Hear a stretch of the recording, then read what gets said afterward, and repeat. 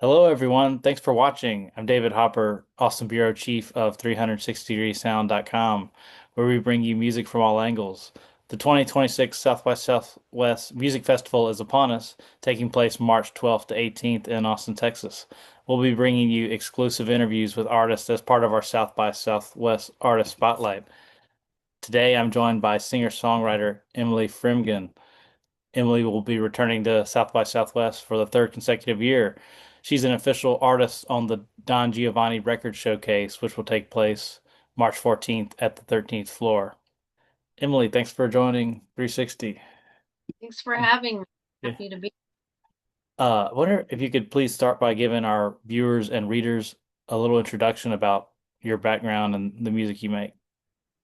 Sure. I've been playing forever. Um and in New York in like 26 years ago. Um and I started writing songs around then, and I was really influenced by the Americana stuff coming out in the early 2000s, like Kathleen Edwards and Alejandro Escovedo, all those people. And I I'm from Denver. I moved back to Denver. I moved back here, kind of just wandering around, playing my weird songs. And then I started to do a series called Americana Monday at Knitting Factory in Brooklyn, which isn't there anymore. And I met a lot of people through that, and kind of found my scene just by being here for so long. And yeah, I signed to Don Giovanni uh, about 3 years ago, and I put out my last album on Don Giovanni, and the next one's going to be out on Don Gio, and I'm very excited to be back at South by Southwest for the third time. It's crazy. Hmm. Yeah, awesome. Uh, yeah, of course, I don't really associate Americana music with New York, but it sounds like there's a pretty good scene there, huh? Yeah, I kind of, I feel like I'm not full Americana, but it's like it's good to just have a label for reference. Yeah. Yeah. And I actually, like, I was just kind of doing a singer-songwriter thing, but I met this guy who was the chef at the restaurant for Knitting Factor, and he wanted to do Americana Mondays there. So I told him my music was more Americana than it was. I just like started writing songs for that show, um, kind of more Lucinda kind of stuff, and like singing more that way, and it kind of stuck. Hmm. Um, yeah, there's a pretty good cool like country scene here. Just because it's people are craving something different. I Hmm. think, other places it's kind of old hat, Hmm. but yeah, I mean, genres are so weird. I also uh have been like in a small part of the like anti-folk scene here, which I think I really fit in well with too. I'm kind of like in different worlds. I don't think I'm like a good enough musician to be a full country Americana. I'm kind of a little weirder. Hmm. No, great. Um, yeah, so as you mentioned, your latest album it was No Hard Feelings, put out on Don Giovanni Records. That was your second full-length LP. And as you said, you have a new one coming out this year. But I wonder if you talk a little bit about that last album, No Hard Feelings, which I got a chance to listen to and enjoyed. How do you think you progressed with that album from your first? How did you grow as an Um, artist? and so actually my those last two albums were my first two like studio albums, but I've been Okay, putting, first. Okay. So since you done a number of them before. yeah, but Okay. those are the first times I actually like got in the studio. Okay. How did it differ? Um, I think I just, yeah, since I had done It's Me or the Dog, the first studio album, I was just more I wrote No Hard Feelings more for the studio, and It's Me or the Dog, the previous one, was just songs I'd been playing around town for years, and I didn't know what I was going to do with them. And I just happened to meet this producer and all this stuff, Hugh Poole, and all this, everything fell together. I made it during the pandemic. But I mean, yeah, I think like thematically, um, I kind of like ran out of breakup songs to write. That kind of got old for me. And No Hard Feelings is much more introspective, just about like my past and um, like existential kind of stuff. Um, and I don't know. I think it's less country, a little more like just like uh singer songwriter indie. I don't know. It's very hard for me to explain my music, which is why I make music, because it's kind of like it's the best way I can express myself. So I'm not great at interviews. Yeah, yeah. Well, we're definitely going to include some of your music videos and Oh, clips to great. songs, so people will be able to check that out in the Very, interview on our site. So, and yeah. of course, you're available on all streaming platforms. All the Um, yeah. So your forthcoming album, Little Stranger, is you said due out this year. Do you have a release date for it yet, or?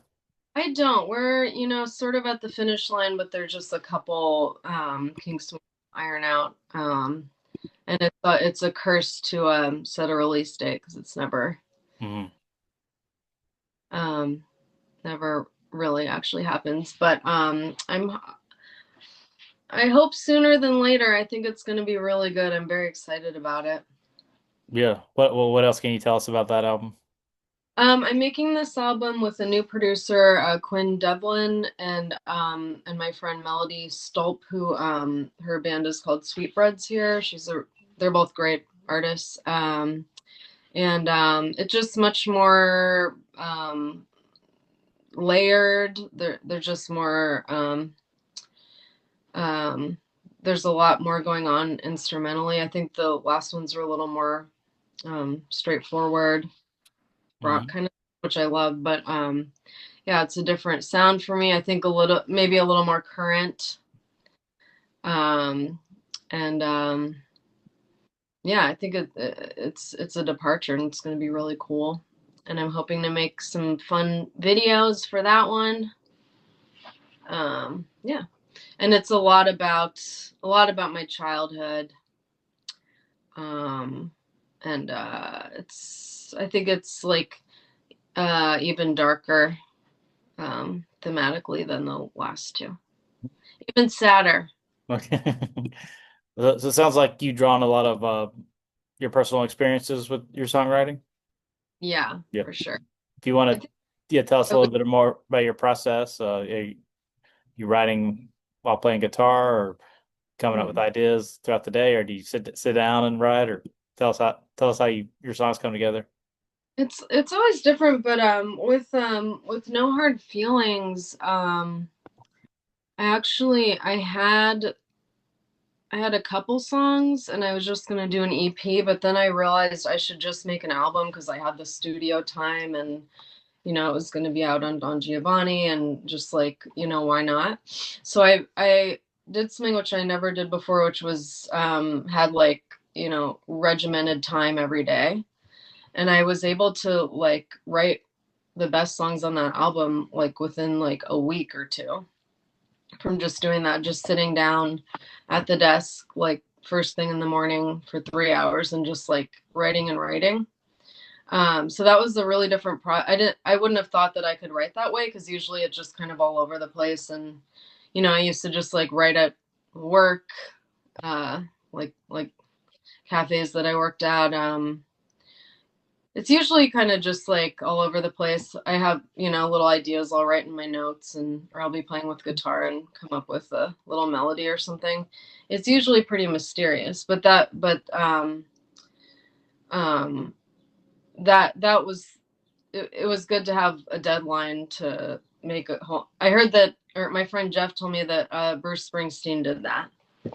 Uh, I I think for Born to Run, I don't know, but he just he like forced himself to write like 50 songs, Mm. and then Yeah, interesting. Yeah, I did remember reading there was like a ton of songs written for that album. A lot. Yeah, yeah, obviously cut a lot, but yeah. yeah, I think that's a good way to go. I like the idea of treating it like a job. Uh-huh. Um,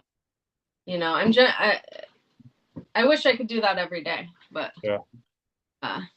we wish we did a lot of things every day. Right. Exactly. Yeah. Well, yeah, as we said at the start, this is your third consecutive South by. I imagine you enjoy it. If you keep coming back, what do you hope to take away from your South by Southwest experience this year? This year, I'm only coming for this show. I'm just coming for 2 nights. Just because I'm not promoting a new release, and I just moved. I just have like a lot of life stuff going on. But I'm very excited the showcase is always so fun. Like everybody's always so receptive, and it's great seeing the label people. And I love Texas Chili Parlor. We'll Hmm. definitely Hmm. find that eating a lot. And yeah, hopefully meet a couple new people, even though I'm there very briefly. Hmm. Be around. Yeah, I'm sorry. Did you say Gonna be what? around. Oh yeah, yeah, I hope to catch your show. Yeah, yeah, Yep. I live and work in Austin, so yeah, I'll be there. And yeah, I actually work just down the road from Texas Chili Parlor, my day job. So I like that place as well. Yeah, it's cool how that they filmed that Quentin Tarantino movie there. I think it was Death Proof was Oh, filmed there at our scenes of it. Yeah. Uh, you know, dark song. Um, but I don't think I saw Death Proof. That was the one where um Rodriguez uh, did he did uh, one. yeah, yeah, the like Grindhouse double feature thing. Yeah, yeah. Planet Terror, I think, was Rodriguez's movie. Uh-huh. Yeah, yeah. He of course, yeah, li lives in Austin or the area. Oh Yeah, yeah. yeah. I worked there for many, many years. I'm sorry, you At like were. art house movie theaters. Oh, cool. Yeah, Yeah, I don't think I saw that though, but I remember we were yeah, showing it. yeah. So, Just chill. I saw where you recently played a like a Neil Young tribute show.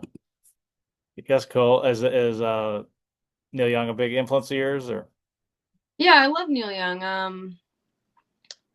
I love Comes a Time. I think that's my Mm-hmm. favorite one. Yeah, he's one of them. I think really like Dylan is the number one, and Mm-hmm. I was obsessed with Lou Reed as a teenager. Mm-hmm. And yeah, but I think Dylan is who I like listen to every day. Oh, cool. Yeah. But yeah, Neil's Yeah, do you have Neil. a favorite like Dylan period or one albums that you go back to time and time again or? I find myself listening to his gospel period a lot. Hmm. Just like Shot of Love and Slow Train Coming and Saved. I just love how those albums sound, and they're Yeah. just I don't know. Yeah, I they're very well produced and I do feel like that's a very underrated period of his, yeah. Yeah, it's such good songs, and I know it's good background music. Hmm. Cool. Kind of that 80s weirdness to it too. All right, yeah. Great. Yeah, thanks so much, Emily, for speaking with 360. I guess Yeah. finally, if there's anything you'd like to say to the festival goers, what they can expect from your live show uh Um, yeah, and well, I hope you come. It's gonna be really fun. I have a little cool little band put together, and I'm gonna be playing almost all songs that are gonna be on the next album, so new songs, and I think it's gonna be really fun. Please come. Hope to meet great. you. Yes, absolutely. I look forward to it. And yeah, everyone make sure you check out Emily Frembgen. She's available on streaming services and you'll be able to see her at South by Southwest on March 14th is the Don Giovanni Records Showcase. That's at the 13th floor in downtown Austin. So thanks everyone for watching. Thank you, Emily. And make sure Yeah, you stay tuned to 360degreesound.com where we bring you music from all angles. All right, thanks again. thank Everybody. you.